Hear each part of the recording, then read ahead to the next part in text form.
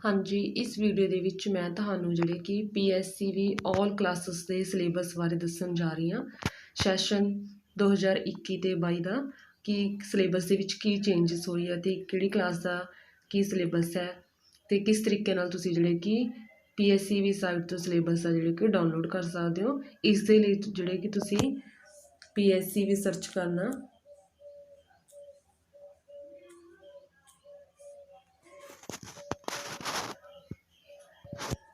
Then PSCB search ਕਰਨ ਤੋਂ ਬਾਅਦ ਤੁਸੀਂ ਨੀਚੇ ਆਉਣਾ ਤੇ ਵੈਲਕਮ ਟੂ PSCB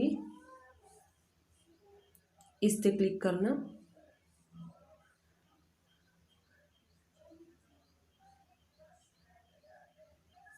दैन इस पर क्लिक करने तो बाद जो कि वाला इंटरफेस आ जाना।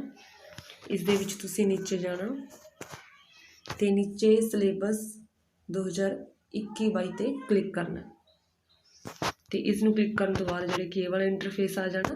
पंजाब स्कूल एजुकेशन बोर्ड जिस दे विच तुसी देख सकते हो सिलेबस 2021-22 का जो कि अपडेट किया होया 9 अप्रैल नूं। ते इस दे विच फस्ट टू 4th क्लास का सिलेबस है तो 5th क्लास का syllabus 6th and 7th class का सिलेबस 8th क्लास का सिलेबस 9th क्लास का 10th क्लास का सिलेबस दैन 11th क्लास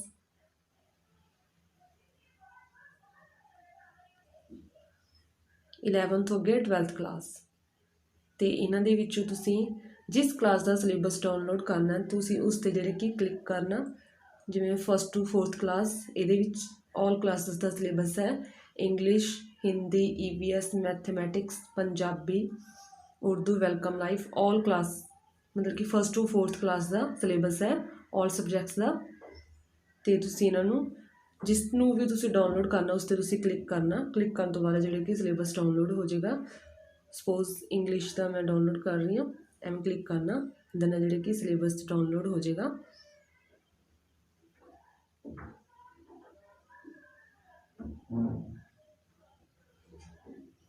तो ये वाला जो कि इंग्लिश का सिलेबस है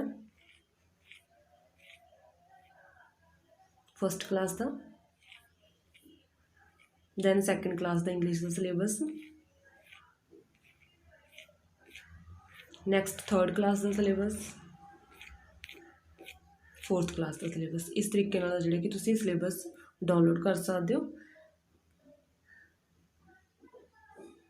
दैन वापस जाना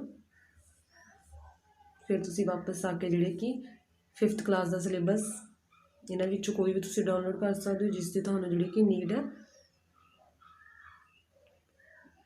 इस हिसाब नाल तुसीं जिहड़ी क्लास की जिहड़ी कि तुहानूं जरूरत है तुसीं सिलेबस डाउनलोड कर सकते हो।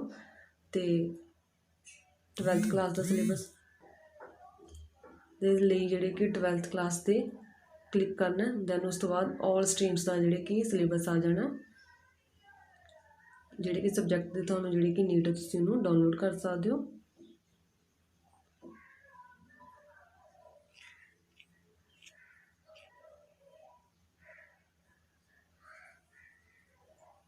हिस्टरी का सिलेबस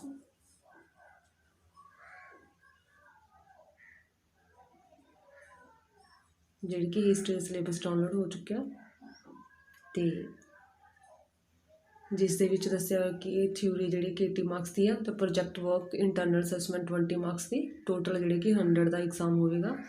तो पार्ट ए तो पार्ट बी दे विच जिहड़ी कि सिलेबस डिवाइड किया होया जिस दे विच टोटल चैप्टर ने 23 तो पार्ट सी दे विच जिहड़े कि मैप दिते हुए ने तो 5 जिहड़े कि मैप ने। इसी हिस्टरी का सिलेबस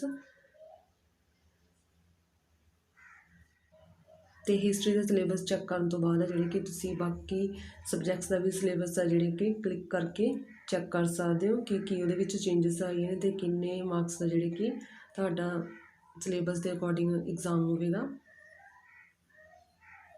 तो तुसीं जिहड़े कि 10th क्लास का सिलेबस भी एवें चैक कर सकते हो ऑल क्लासिस का।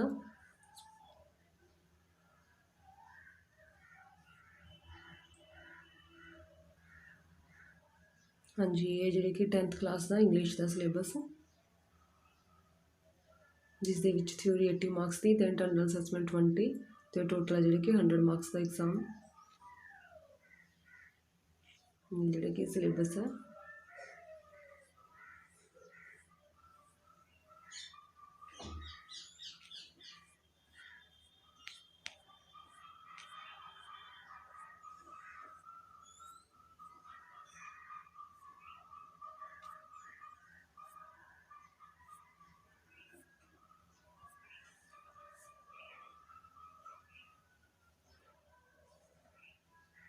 ਹਾਂਜੀ, ਇਸ ਤਰੀਕੇ ਨਾਲ ਜਿਹੜੇ ਕਿ ਤੁਸੀਂ ਸਿਲੇਬਸ ਨੂੰ ਚੈੱਕ ਕਰ ਸਕਦੇ ਹੋ ਤੇ ਡਾਊਨਲੋਡ ਕਰ ਸਕਦੇ ਹੋ। ਥੈਂਕਸ।